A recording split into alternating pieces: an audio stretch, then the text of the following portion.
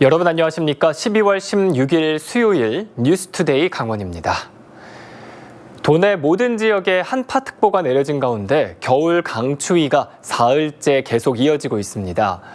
춘천과 원주, 태백, 평창, 그리고 철원과 홍천 등 12개 시군에는 한파경보가, 강릉과 동해, 삼척과 속초 등 영동 지역에는 한파주의보가 발효 중입니다.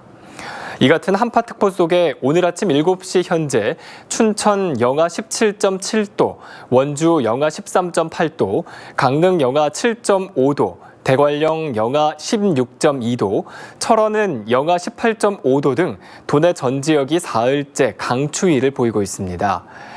오늘 낮 최고 기온도 대부분 영하권에 머물며 건강관리에 각별한 주의가 필요합니다. 강원지방기상청은 이 같은 강추위는 내일까지 계속된 뒤 모레는 평년 수준의 기온을 보이겠지만 19일부터는 다시 찬 공기가 남하하면서 추위가 이어지겠다고 밝혔습니다.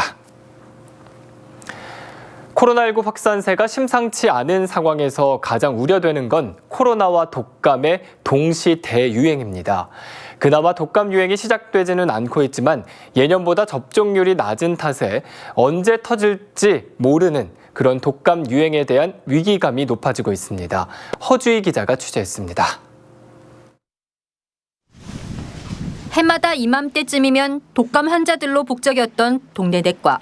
그런데 올해는 독감 환자를 찾아보기 힘듭니다. 독감 진단하기 위해서 진단 키트를 갖다 놓고 있는데요.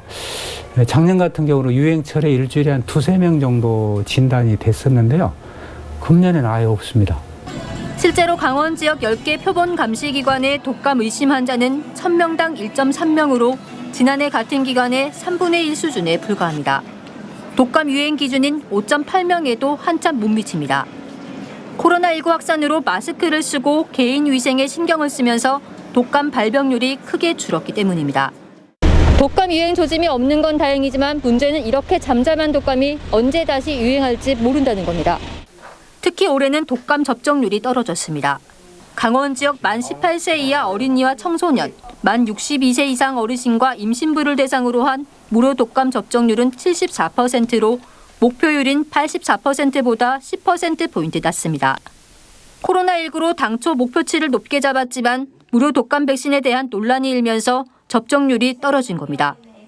10월 말에 작년엔 맞았는데 올해는 미루다 올해는 다음 주라도 맞아야 할까 하는 생각을 하고 있습니다. 코로나19와 독감 동시 대유행을 막기 위해 춘천시는 무료 접종 대상을 최근 확진자가 집단 발생한 교습소와 학원, 독서실 종사자로까지 확대했습니다. 강원도는 감염병 특성상 일단 발생하면 환자 수가 순식간에 폭증하는 만큼 동시 대유행으로 번질 경우 의료 체계 붕괴를 우려하고 있습니다. 그 독감과 코로나19를 같이 가질 수 있는 그런 환자들이 많아질 경우는 그 진료 체계가 좀 감당하지 못할 상태까지 올 수도 있기 때문에 그렇기 때문에 예방 접종은 꼭 필요합니다. 독감 유행 시기가 길게는 5월에서 6월까지 이어진 해도 있어서 합병증에 취약한 고위험군은 지금이라도 독감 접종을 하라고 권고했습니다. MBC 뉴스 허주입니다. 초고압 송전선로 건설에 대해 홍천군과 의회가 원점에서 다시 협의할 것을 요구했지만 한전 측은 거부했습니다. 한전은 피해 주민에게는 유감스럽지만 송전선로 건설을 강행할 수밖에 없다고 밝혀 갈등이 심화될 전망입니다. 박민기 기자의 보도입니다. 동해안 신가평 간 500kV 직류 송전선로 건설 사업이 정면 대결 양상으로 번지고 있습니다. 한전은 홍천군과 의회가 요구한 오는 17일 입지선정위원회 개최 연기는 받아들였지만 핵심 사항인 입지선정위원회 의결 과정 원점 재논의는 공식적으로 거부했습니다. 주민 대표의 참여가 없었지만 이미 10여 차례 진행된 입지선정위원회 의사결정을 백지화하거나 뒤집지 않겠다는 의지입니다. 다만 새롭게 계획한 500kV 직류 송전선로 대역과 기존 765kV 교류 송전선로가 중첩돼 피해가 큰 홍천 동면과 서성면, 남면 해당 지역 주민들에 대해선 유감을 표했습니다.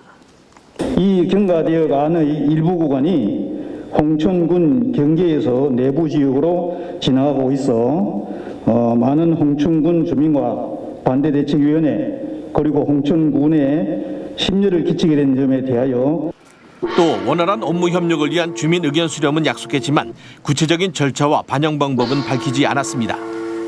특히 재산권과 건강권을 위해 홍천군과 의회가 제시한 일부 구간 지중화는 다른 지역과의 형평성을 내세워 거부했습니다. 한전은 동해안에 밀접한 발전설비 활용과 수도권 전력 수급이 우선이라며 초고압 송전선로 강행 의지를 숨기지 않았습니다. 주민들의 의견을 수렴을 하고 최선의 방법을 다해서 최소 방안이라고 결정이 된다면은 어느 시점에서는 확정을 해야 되지 않나 생각을 하고 있습니다. 송전탑 건설 반대 대책위는 불합리한 입지 선정위원회를 내세워 명분 쌓기에 급급한 한전이 재산권과 건강권을 지키려는 주민 염원을 또다시 짓밟았다며 즉각 반발했습니다. 입맛에 맞는 입선정위원을 선정을 해서 아무도 모르게 했기 때문에 원점에서 다시 시작하는 것이 맞습니다. 홍천군과 군의회가 당초 주민과의 약속대로 송전선로와 관련된 모든 업무를 거부하고 나설지 아니면 추가 협의안을 모색할지 갈림길에 서 있습니다. MBC 뉴스 박민기입니다. 국내산과 수입산 대게는 매년 연말연시 고급 제철 먹거리로 큰 인기를 끌었습니다. 최근 코로나19가 확산되면서 각종 모임과 여행마저 자제하는 분위기 속에 대게 판매가 부진해 수산 유통업계가 어려움을 겪고 있다고 합니다. 김형호 기자가 보도합니다. 수입된 러시아산 대게가 대형 수조에 가득합니다. 통관을 마친 대게는 화로 수송 차량에 옮겨져 전국 각지로 유통됩니다. 수요가 많은 겨울철이면 수조에 남은 대게를 보기 힘들 정도로 유통순환이 빠릅니다. 하지만 올해는 코로나19 확산 분위기 속에 고급 먹거리인 대게의 인기가 예년만 같지 못한 상황입니다. 이 업체에서 한 번에 보관할 수 있는 수입 대게와 킹크랩 등은 150톤가량. 이달 초에 들어온 물량도 미처 팔리지 않고 장기 보관되면서 대게 살이 빠지거나 폐사하는 일이 속출하고 있습니다. 가격마저 예년에 비해 30%가량 떨어졌는데도 대도시의 음식점에서 찾지 않다 보니 재고가 넘칩니다. 보통 들어오면 한 하루 이틀 만에 거진 다 나가는 상황인데 지금은 뭐 한 일주일, 10일까지 가까이 가고 있습니다. 수입 대게 음식점들도 가격을 낮췄지만 관광객 발길이 뜸해 판매에 어려움을 겪고 있습니다. 이달부터 조업이 시작돼 제철을 맞은 강원 동해안의 대게도 판매가 부진하기는 마찬가지입니다. 대게 거리로 유명한 항포구의 대게 판매점들은 개점 휴업 상태입니다.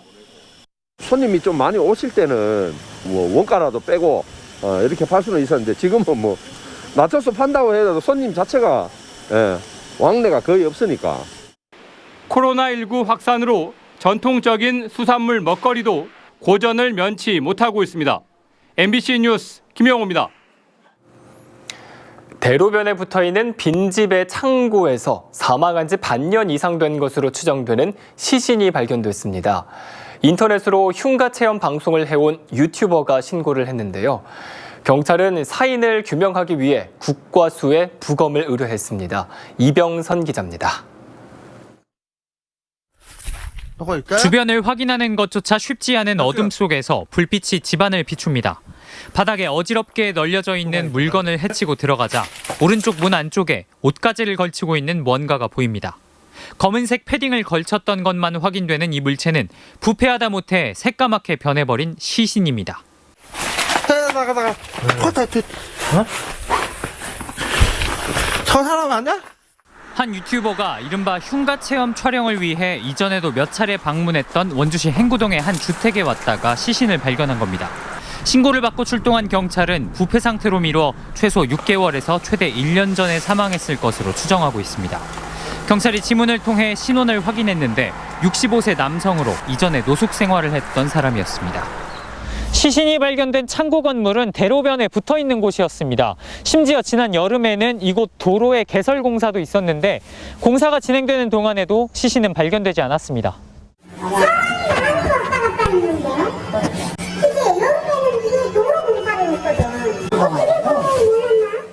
경찰은 정확한 사망 원인을 규명하기 위해 국립과학수사연구원에 부검을 의뢰했다고 밝혔습니다. MBC 뉴스 이병선입니다. 정부가 석탄 발전과 원자력 발전을 줄이고 액화 천연가스와 신재생에너지 발전 비중을 높일 계획이지만 현재 건설 중인 석탄 발전은 예정대로 준공하기로 했습니다. 산업통상자원부는 제9차 전력수급 기본계획안을 수립하고 2034년 이후 가동 연한 30년이 도래하는 석탄 발전 30기를 폐지하고 LNG 발전으로 점차적으로 대체하며 원자력 발전은 24기에서 17기로 단계적으로 줄이기로 했습니다. 하지만 강릉 아닌 화력 1, 2호기, 삼척 화력 1, 2호기 등 현재 건설 중인 석탄 발전 7기는 예정대로 준공하기로 했습니다. 원주시가 마이스 산업의 활성화를 위해 지역 내 리조트, 호텔과 업무 협약을 체결했습니다. 이번 협약에는 HDC 오크밸리 리조트와 호텔 인터블고 원주 등 6개 업체가 참여했고 협약과 동시에 원주 마이스 산업 기반 마련을 위한 실무협의회를 구성하고 공동 상품 개발과 행사 유치 등에 나설 방침입니다. 마이스는 회의와 관광, 컨벤션과 전시 등을 포함한 미래 관광 산업으로 원주시는 혁신도시 이전 기관과도 손을 잡고 관련 분야 행사와 회의 유치를 위한 공격적인 마케팅을 추진한다는 계획입니다. 연세대학교 원주연세의료원이 국내에서는 처음으로 디지털 치료제 개발을 위한 임상센터를 운영합니다. 디지털 치료제는 약물은 아니지만 의약품처럼 질병이나 장애를 예방하고 관리, 치료하는 소프트웨어 형태의 의료기기입니다. 초대 센터장은 연세대 원주의대 김선현 교수가 맡았고 일단 휴대전화 앱이나 VR 게임을 기반으로 한 ADHD 치료 프로그램 개발에 나섭니다. 개발이 완료된 프로그램은 임상 과정과 식약처의 허가를 통해 정식 치료제로 승인받을 계획입니다. 동해안에서 고래 출현이 빈번한 겨울철을 맞아 해경이 고래 불법 포획과 유통 행위에 대한 단속을 벌입니다. 동해해경과 속초해경은 내년 1, 2월에 경비함정과 항공기 등을 투입해 도구를 이용한 고래 불법 포획과 조직적인 유통 행위를 중점 단속할 계획입니다. 이와 함께 그물에 우연히 걸린 고래를 죽을 때까지 방치했다가 잡는 혼획을 빙자한 포획 행위도 단속할 방침입니다. 고래를 불법 포획하다가 적발되면 3년 이하의 징역이나 3천만 원 이하의 벌금형을 받을 수 있습니다.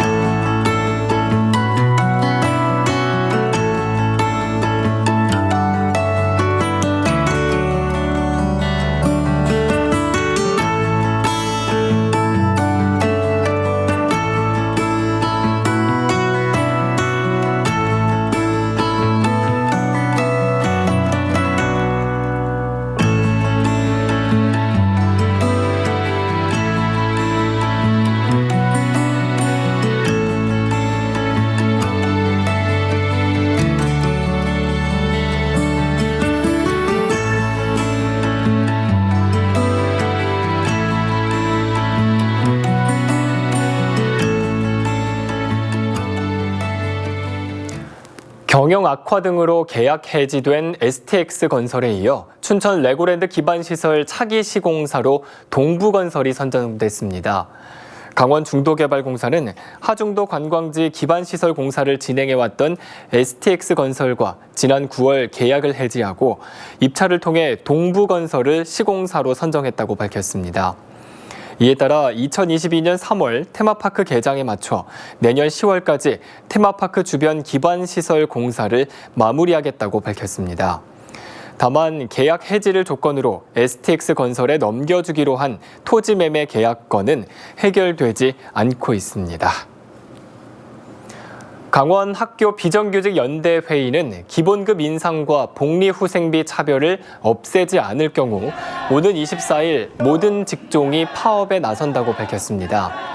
학교 비정규직 연대 회의는 기자회견을 갖고 정규직 교육 공무원은 기본급 인상 외에 명절 휴가비 인상 등으로 연평균 인상액이 100만 원을 웃돌지만 학교 비정규직은 기본급 인상에 근속임금 자동 인상분을 더해도 60만 원에 불과하다고 주장했습니다. 또 복리후생비 지급에서도 정규직과 큰 차이를 보이고 있다며 차별적인 임금 정책을 개선하라고 촉구했습니다. 강원도교육청은 10개 유치원을 강원 행복 더하기 안심 유치원으로 인증했습니다.